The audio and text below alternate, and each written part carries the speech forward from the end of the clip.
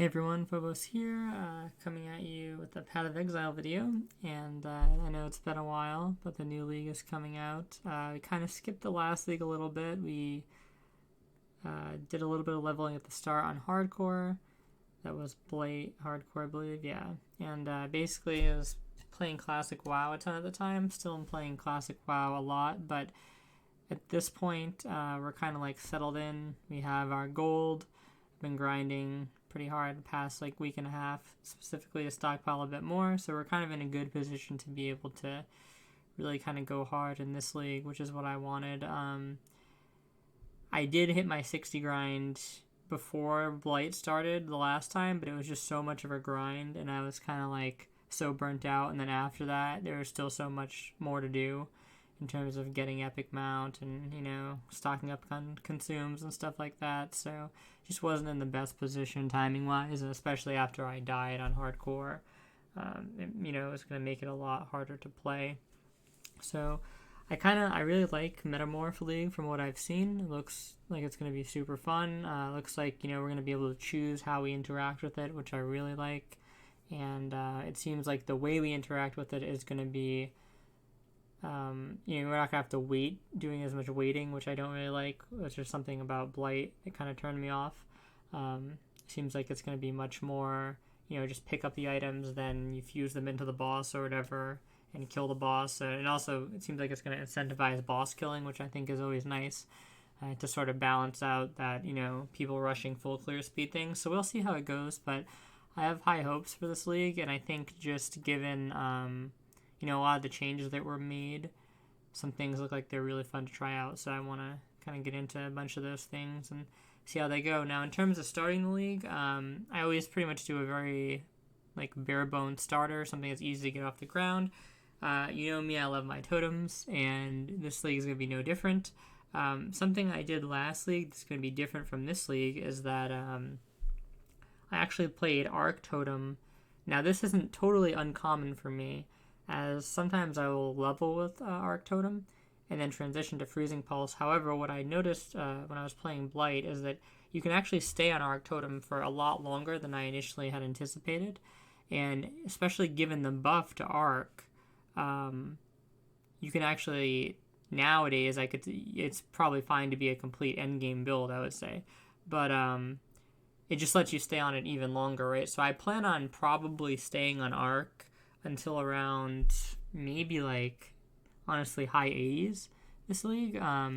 This sort of happened to me last league where I was playing Arc and it was doing so well, and I was like, I'm just going to keep playing this until I get all my Freeze Pulse gear. Unfortunately, it kind of bit me in the ass a little bit because I ended up dying at level 89 on Saturday, so day 2 or whatever, to some porcupines, which was rather unfortunate because I didn't have enough cold to freeze them at the time. And so yeah, it was an indoor map and just came around the corner, the totems auto-targeted them. So they can be a little bit dangerous, but I'm going to try and stay cognizant of that. I'm not going to be playing hardcore this league anyway, and I can talk about that decision in another video, but basically just going to be playing with some friends. And really I haven't been feeling hardcore too much lately, just given it seems like they're no longer trying to be cognizant around even remotely trying to balance the game around hardcore, you know what I mean? It seems like they're just kind of putting things into the game that they think more people want to play, will bring more people in, and they don't really care a ton about the balance. Obviously, they don't want the balance to be so bad that it pushes people away, but, they don't really seem super concerned about hardcore balance in particular, so that's the reason I've been kind of steering away from that. But yeah, so this is going to be the leveling tree. Now I'm going to go over one of these for Freezing Pulse and one of these for Arc. They're both pretty much the same tree, barring a couple adjustments. But like I said, I'm probably going to be playing Arc up until level 87-ish, 88, possibly even further, depends on when I can get all my gear. Then I'll transition to Freezing Pulse most likely, unless I really do like Arc, because the extra range buff on Arc will be pretty damn good. So, yeah. So, alright, so starting with the Ascendancy, you're going to go Hierophant. How you level this is pretty much just get Pursuit of Faith first, and then go to a Ritual of Awakening. Ritual of Awakening is amazing because it gives the extra damage per totem. The regen is super noticeable in something like Blood Aqueduct. Personally, I get Pursuit of Faith around pretty much as soon as you can get it. Probably before I do the Act 4 bosses, I would say, like the main ones like Kitava, or not Kitava, Comb and Duresso. But you could wait a little bit longer to get it, depending on how comfortable you feel with Lab. But Lab should be relatively easy, especially normal Lab. So I picked that up pretty quick. And then Ritual of Awakening is super good because of the placement speed. This is one of the reasons why I just love going Hyro so much compared to other Ascendancies, is there's just so much built-in placement speed on the tree, and it really makes the build feel a lot better. Typically, if you don't go Hyro, you almost have to come down to Totemic Zeal. And it's not necessarily like the worst thing you could possibly do, but there is a lot of life around here and stuff like that, but it is a bit out of the way, especially if you're not going to be playing some type of Ascendant variant where you can start in the middle. So something to keep in mind there. And after I get these two, I'm probably going to be going Divine Guidance, although I'm not entirely sure which one of these I want to pick up first. And the change that I've made in this more recent patches, as opposed to like something I wouldn't do before, is instead of going all the way to Sanctuary of Thought, I go to Conviction of Power. Now the reason why I go to Conviction of Power is kind of like, there's a couple different reasons, right? So the first one is that playing with this can be a bit of a pain in the ass, because, or did they change it?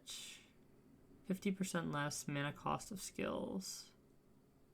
Oh, okay, so it actually looks like they changed this, because I remember before it used to just be, yeah, so this got changed last patch, I believe, which is why I'm not as up to date with it. But what happened before is it used to give you 100% less cost of skills if you're on full energy shield. So basically what would happen is if you're zooming around with Flame Dash, you're not able to use Flame Dash to proc your buff, your Arcane Surge, because since Flame Dash costs no mana, there's no mana being taken to trigger the Arcane Surge effect, right? But it looks like that's no longer the case. It's just 50% less mana cost of skills.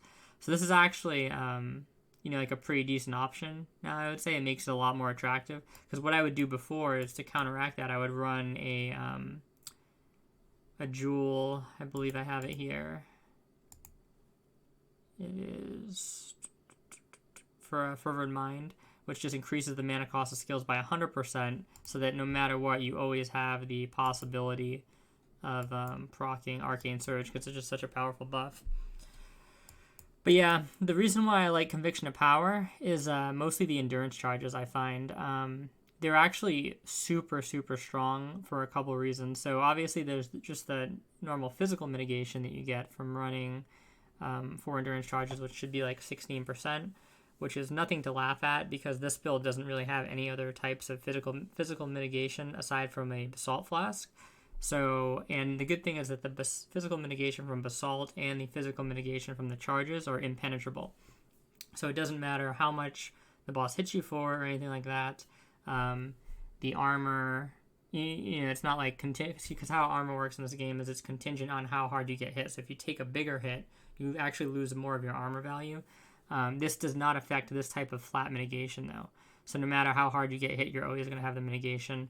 And it's super easy to keep these charges up with Conviction of Power, because every time you place a totem, you get a chance to generate power charges. Every time your totem kills something, you get a chance to generate power charges. And every time you generate a power charge, you just have a chance to generate an endurance charge, right? Not to mention you get 5% reduced elemental damage taken. When you have an endurance charge, you get a little bit of extra damage from the pen. So all those things are really good. Definitely worth picking up this node, I would say. Especially if you're going to play a more defensive hardcore style, I would definitely take that node for sure. And then pretty much standard tree, I would say. We're going to, in terms of like where you go first, typically what I do is I start here, obviously come through Retribution. I come down and I grab Holy Dominion and Light of Divinity. Now, because we're going to be leveling at first with Stormbrand, most likely, since they're nerfing the Orb of Storms, what I like to do is I like to come up here first, so I'll connect these, and then I will come up actually and grab Elemental Overload. Now with Elemental Overload, since you're not running a lot of like crit multi and stuff at the start, this is a huge damage multiplier, so I love to get this when I'm running Orb of Storms and stuff like that. So I'll come grab that, and then I'll come upwards and proceed to Runebinder over here, where you take Runebinder to get 1 additional brand. And that's what I'm going to be pretty much using to level until about, I would say, most likely like 35-ish. Typically what I do is I make it a rule that I'm completely fine swapping once I get my Onslaught Flask, right? Because the main advantage to running something self-cast like Stormbrand early on is that it can actually proc the Onslaught support.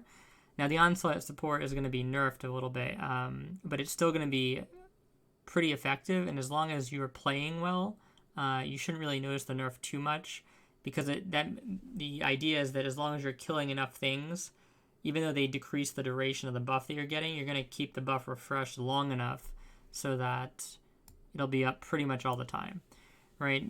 So yeah, we're going to level with brands, going to get this. We're going to transition to totems at probably like 37, 38 after the Onslaught Flask. And the idea there is that you can easily just swap to Ancestral Bond. And then typically what I do is I leave this pathing at the start, right? I'll obviously spec out an Elemental Overload. And later on, you can kind of come do this pathing, right? Where did I go here? Yeah. Later on, you can remove these points and go this way. But earlier on, you can just keep stuff allocated in here and, come get this life here, get this, and you can just enter this cluster from this side, basically, and you're fine, right? So, you should have plenty of life, plenty of defenses, and you should be good. Another thing is you want to pick up Mind Over Matter pretty much as early as you can get it. It's kind of just going to depend on how much mana you have. And if you don't feel comfortable with the amount of mana you have, you can always drop an aura. For this build, we're going to be using not conductivity, but what is it called? Wrath. We're going to be using Wrath aura. And depending on, like if you're going to do a boss that you think is really tough, you can take it off so you have extra mana and stuff like that. Now, aside from that, we're pretty much going to start moving in this direction. Keep in mind that we're going to have gone through here, and we're not going to have these nodes yet, right? So we're probably going to start pathing through this way, and you want to definitely grab Lightning Walker over here because it's just free res, free damage, free cast speed. You're going to path through Heart and Soul, more mana, more health. And then there's a couple things you can do here. You can go up through Annihilation, which is perfectly fine because you're coming up towards Cruel Preparation and the crit. Or you can continue going to the left side, and you're going to have a lot more dead points initially, but then you're going to get into this cluster over here where you get tons of life. And then we got damage, life, crit, life, right? So it just kind of depends on how you want to play it. I think typically I prefer to come this way because it gives you more options with health. So like as soon as you get to here, you can grab the Melding Cluster, and then you can pick up Written in Blood shortly after that. And then you come down here and you go through the crit, and you're right at Blood Siphon. And personally, I feel like investing in a ton in crit isn't really so hot initially until you have crit multi. So going this path kind of gets you into that, crit multi, this crit multi nodes right away. So I definitely prefer doing that, I think. And let's take a look at the gear for this, because a lot of this gear is also going to be interchangeable, and I'm going to make some specific notes on how you're going to be gearing up in this league because it's a bit different from prior leagues. So this is going to be a Soul Mantle double Kikazaru setup. Soul Mantle, if you don't know, puts random curses on you. They can keep stacking on you, basically. And the idea is that you use the Kikazaru to have reduced effect of curses on you, so you don't get as much negative effect from the curses. But the idea is you're getting a ton of them on you, which is allowing you to run Self-Flagnation, which is 20% increased damage per curse on you. So that ends up with a ton of extra damage. You can usually, especially with like how fast you place totems, and given that you can place 2 totems at a time, you can easily have over like 10 curses on you at a time. I would say I think that's like a reasonable number, maybe like 8, 9.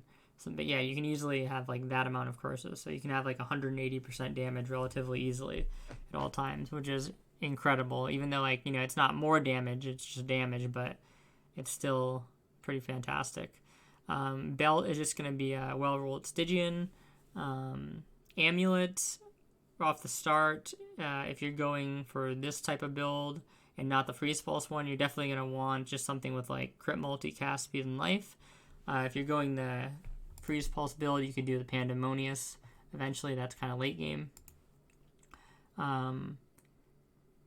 Boots, you don't have to use two-tone boots, but they're particularly powerful now because you can still get the lab enchant on them without overriding the implicit resists. So that makes them really powerful, especially in this build, because I don't want to see resists are not necessarily a problem in the sense that you can always change your gear around to be able to resist cap, which is what makes this build so great at the start of a league, because you don't really struggle with resist capping or anything like that. But to run the optimal damage setup with this build, you're going to have to be using some uniques or just some pieces where you're not going to be able to get a ton of resistances, right? So being able to get extra resistances basically for free on a slot like this is really nice, which is why I prefer the two-tone boots. There's pretty much just no downside to them now, except that they're going to be more expensive. For gloves, I like to run Elder gloves. These are going to be less available than they were, in prior leagues, just because the mods or the bases themselves are going to be a bit more rare since you're not going to encounter as many Elder or Shaper items. But granted, for something like this, you can actually probably roll some of these yourself. You're mainly looking for like a relatively high life roll. It doesn't even have to be anything that high like we have here. And then some projectile speed. And this is only going to be if you're doing the freeze pulse late game, right? If you're going to want to stick with arc, you don't even need the projectile speed at all. You don't need Elder gloves.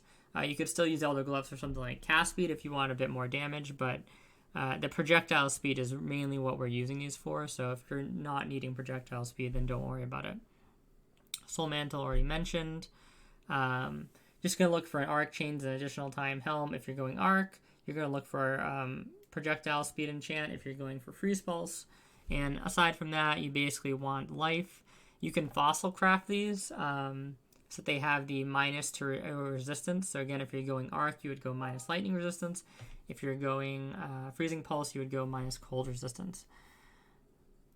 Now, this is where it gets a bit interesting. This is probably, you're not going to be able to get a wand like this as easily anymore with the gain 19% elemental damage as extra chaos. What you could potentially do is try and craft on a lower base, because this I think needs a eye level 85 wand to actually be able to roll the gain 19% of elemental damage as extra chaos. So you may want to get like a level 75 wand where you can roll the 15% roll and try and get something like this, right? Where the idea is that you want to be able to multi-mod spell damage and add to cold or add to lightning, whatever is appropriate in your case, onto the wand.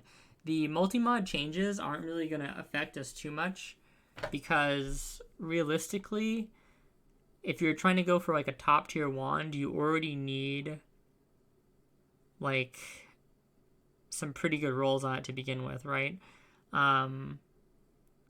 It definitely will make it a little bit harder though, because like now you're going to need maybe like one extra good roll, but it's not like a make or break thing, and you'll still be fine having a wand that's nowhere near as strong as this, especially starting out. So don't worry about it too much. Shield options. So this is another thing where, because Shaper bases are going to become more rare, it's going to be hard to get a good Shaper shield. How hard will it be to get any Shaper shield with +1 totem?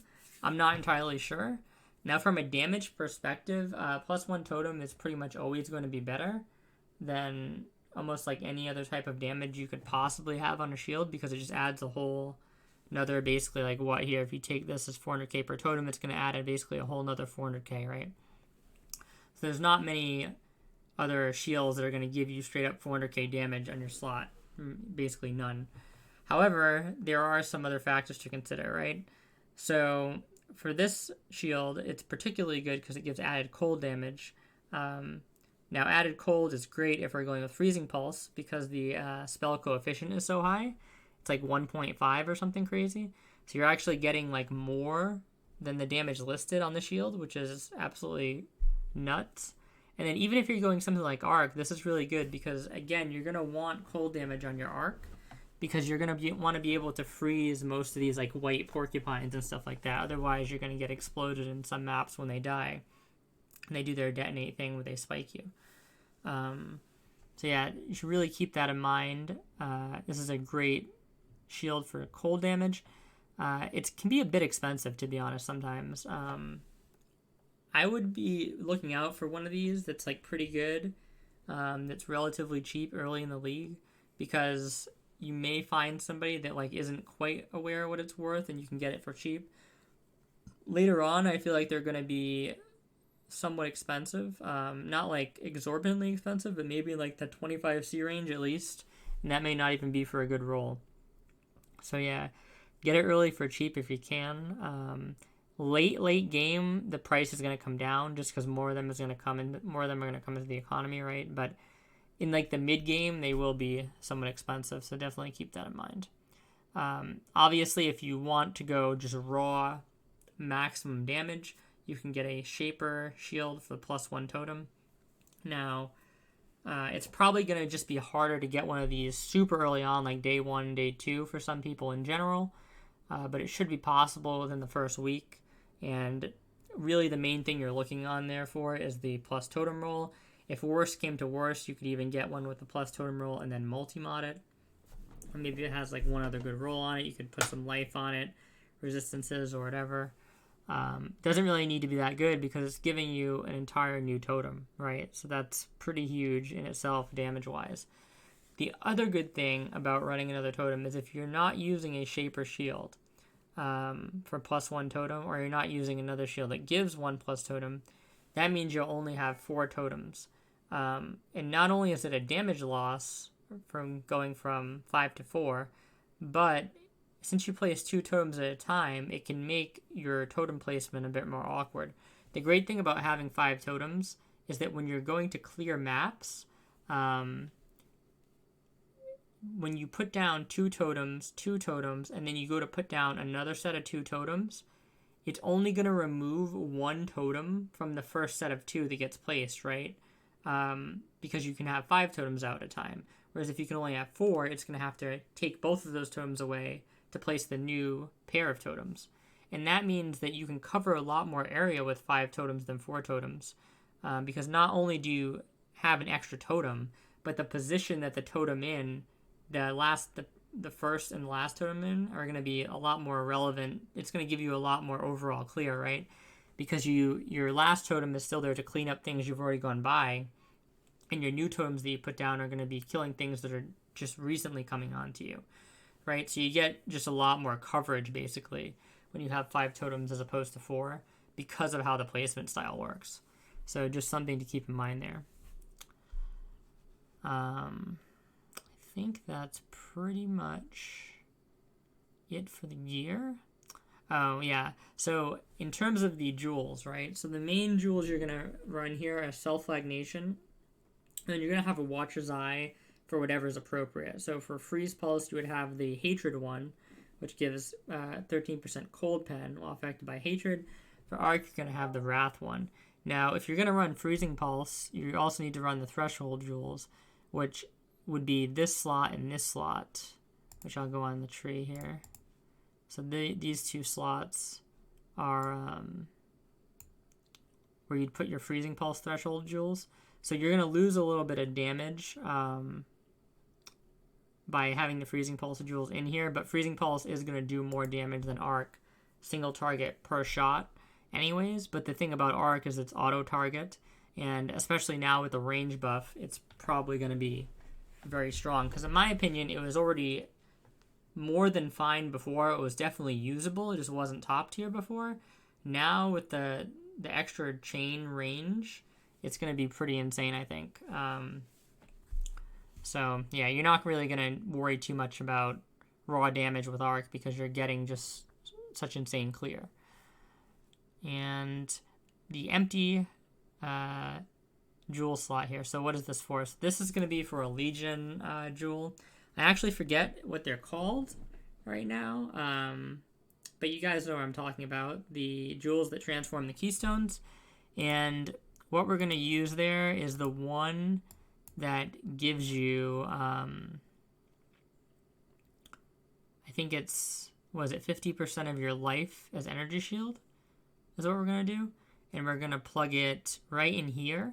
And then we're going to take Avatar Fire, but Avatar Fire is not going to be Avatar Fire anymore because it's going to get transformed by the jewel into the other node, right? And there's a couple you can use, but that I prefer that one just to get a ton more energy shield. As you can see, we have 4.4k energy shield and 5.3k life. If we go to the Freezing Pulse version of this, you can actually get up to like 5.8, 5.7k life. Just by swapping some things around and stuff like that. If you swap these jewels on the Arc version for things that actually have life on them, you can get around 5.5k, etc. So you can get a pretty tanky with this. And we're simulating the extra ES being on there from the jewel setup here. On one of these flasks, I believe. Yeah, it comes out to like literally plus 1100 ES. It's actually just like crazy how much ES you get from that thing. So that's why I always go with that one. Now, something you can do to complement that is you can run Soul Tether, I believe it is. Let's go and check this out. Soul Tether. So Soul Tether, you basically start at no energy shield. Right, and then Life Leech is applied to energy shield while on full life, and you gain 5 to 6%, or basically of your max life as extra energy shield. The only thing is you can't recharge it yourself, right? And that can be problematic in some cases, but most of the time while generally mapping, you're not going to run into that problem at all.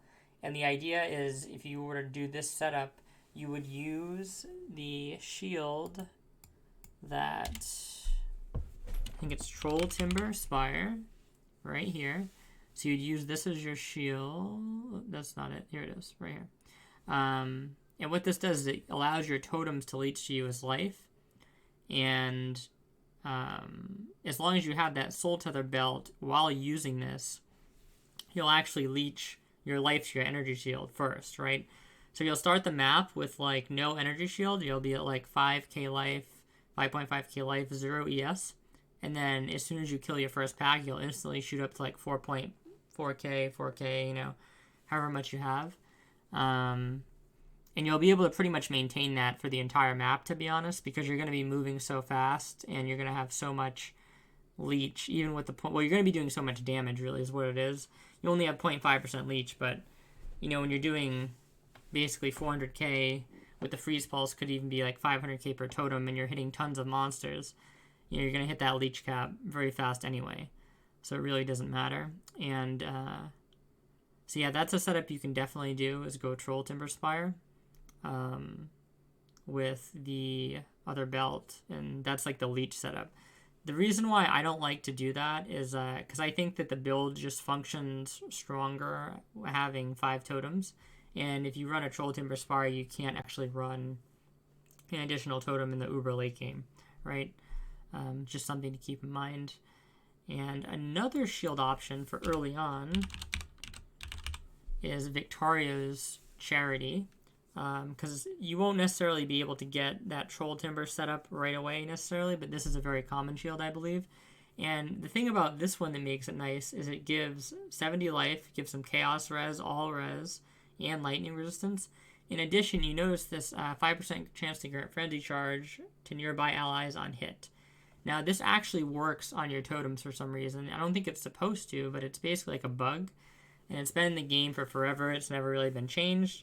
So this is a quick, easy way to get some frenzy charges. And you see that it's only like 5%, but you're hitting so many things and you have such great coverage with your totems that, you're pretty much going to be stacked on frenzy charges for the entire map in most cases. Especially if you were to run that shield, I would recommend maybe investing 2 points to get this extra frenzy charge and a little bit of extra frenzy charge duration. Then you're going to be running around the map with 4 frenzy charges. That's 16% more damage, 16% more cast speed, and is it 16% more move speed too? I don't think it's actually that, but it's I think it gives you a little move speed, right? Or maybe it doesn't, but you're going to be moving faster regardless because you have more attack speed. So that's a really great option, and it's super cheap right off the start. I may actually go with that one, this right here, the Victoria's Charity, before, because I'm not going to be able to have access to a Shaper Shield the first day, most likely, or even second day, because how rare they're going to be.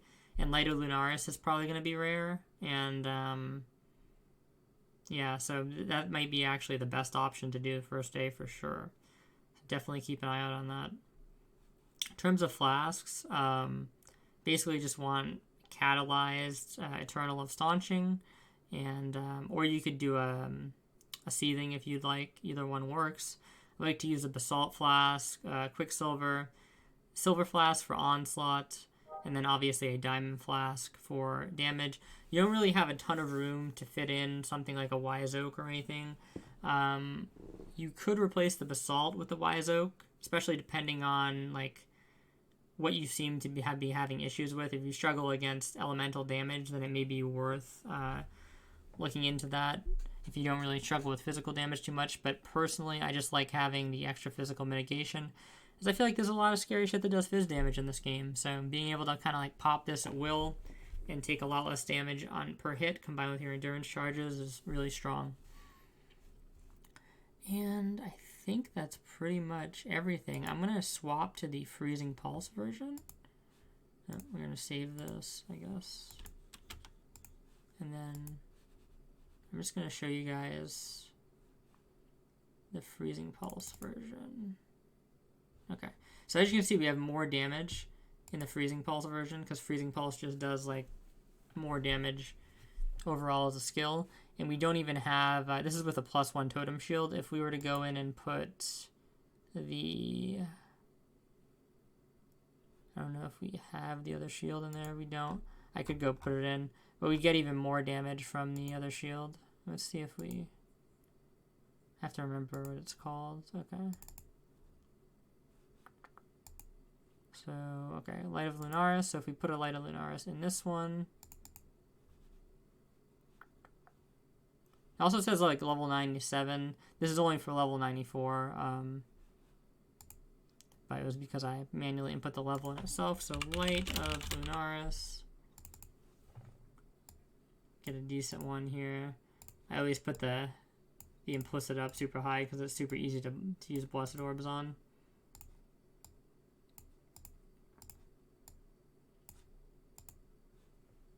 So we'll see how much damage we get with this. Yeah, we go up to pretty substantial. You 55k, 60k damage just from that shield. And you're getting, you have to think of it as you're getting a lot of top end from it as well, because you're getting a lot of flat cold put on there and crit multiplier, which means that you're going to be able to freeze things more consistently, right? So still a great shield for earlier on. And you can always move into something like this for the +1 extra totem later on. And everything here is pretty much the same, as you can see from the tree. The only thing is you take Frostwalker instead of Lightning Walker, obviously, because you're dealing frost damage. And these 2 slots are replaced by your first snow. And yeah, nothing really else to change there.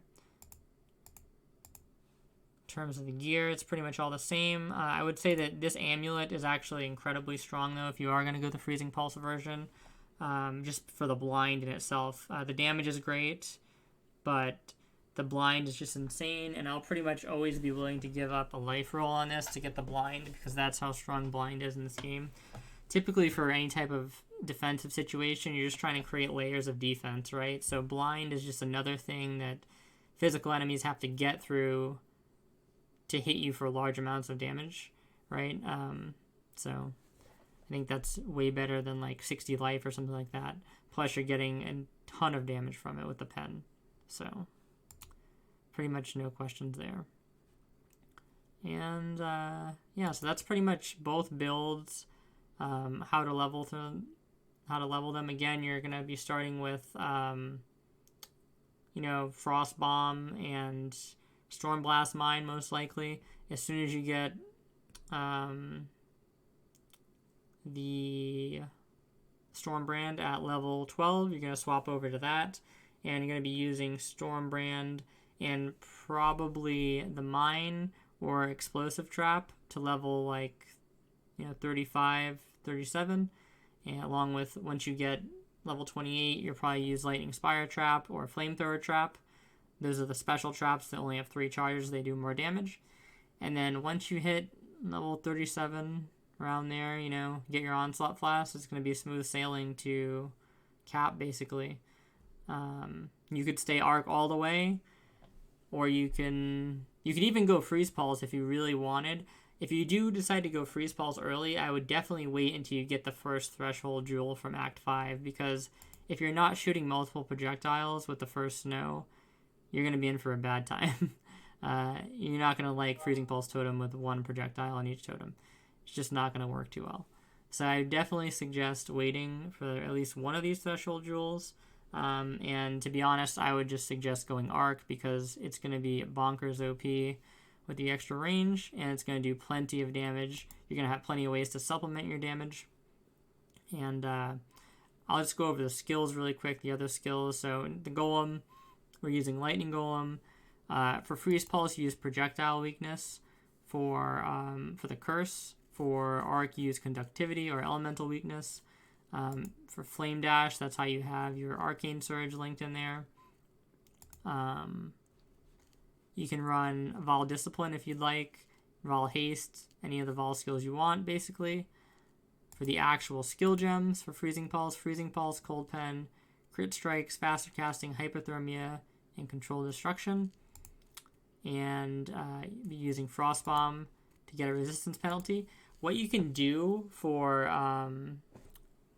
both of these builds, actually, is in the late game, you can take Wave of Conviction and you can put it on a trap. And then, since it's on a trap, the reason why you have to put it on a trap is since you have Ancestral Bond, you actually can't do any damage yourself. So if you try and self-cast the Wave of Conviction, you'll do no damage with it. And what that means is if it's not doing any damage, it won't apply its resistance penalty. So when you have it on a trap, it'll still do its damage and it'll apply its resistance penalty. So you can actually just use the trap right out of the box if you're going Arc, because it converts 50% of the physical damage on the trap to lightning damage, and whenever you hit the target for the most, it's going to pen that target for that element, right? So you basically, if you're going lightning damage with Arc totems, you want to make sure that your Wave of Conviction is doing primarily lightning damage, so that when you throw the Wave of Conviction trap down and it goes off, it's penning your target. It's lightning resistance. Now, I haven't really done this. I don't have too much experience doing it with Freezing Pulse, but I think you could actually probably easily do the same with Freezing Pulse, but the thing is, you're probably not going to want to run any physical conversion to cold. Potentially, you could run it on gloves, right? Because you can just craft it on there. But the problem with, you don't really want to go out of your way getting another item that does physical conversion to cold. It's just not conducive to the build overall. It's not worth it to gain that little bit more damage. But if you put something like added cold on the trap, you can probably get its damage high enough so that it actually hits for cold the highest, it's hitting for mostly cold damage, which means that it's going to pen cold. So you'd actually get the the 20, or I think it's a minus 25 pen from cold pen from Frostbomb, and you're going to get like an additional minus, what is it, 20 or 25 from Wave of Conviction, if you're able to do that. So things should absolutely melt. Yeah, so something to consider there. And yeah, I think that's pretty much everything. Obviously, Hatred for Freezing Pulse, and Wrath for Arc. And I'll just go into the Arc gems one more time. Don't have to save that. So you guys can see. Oops. Arc. Okay. Now you'll notice I have hypo in here, and the reason why I have hypothermia in here is because it's still insane. Like, even though this is a lightning spell, because if you notice, it just says like support skills deal 39% more damage with hits and ailments against chilled enemies. So it doesn't really have to be cold damage. It's just as long as the enemy is chilled, you'll deal 39% more damage to them. So it's a super strong support. And it increases the effect of chill and stuff like that.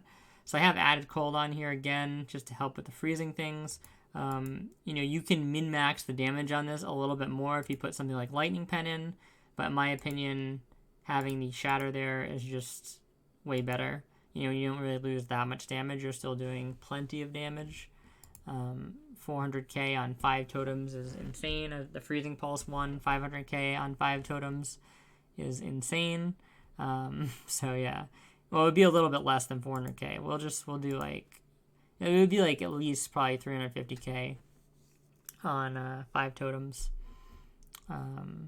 Because you have to be using a Shaper Shield +1 here. But that's still really good. Still way more than you need. Still even good for most bossing in the game, unless you're doing like super, super deep delve bosses, right? So that's pretty much this. Kind of a long-winded video, but that's what I'll be playing. I'll be streaming tomorrow on Twitch from pretty much the league start until probably like early the next morning. Like, gonna be probably going pretty damn hard. So hopefully, barring anything silly like the servers getting destroyed or something like that, because this is supposed to be a big launch. So yeah, catch me on there if you are interested, or if you haven't seen the game anymore. I'm gonna try and be a lot more cognizant of chat. I have my computer set up in a much better way so I can see chat and stuff like that. So if you have any questions about the game or anything, feel free to ask them, and I'll try to answer you as I'm rushing through the story. So thanks for watching, and hope you have a good one. Just gonna restart the stream.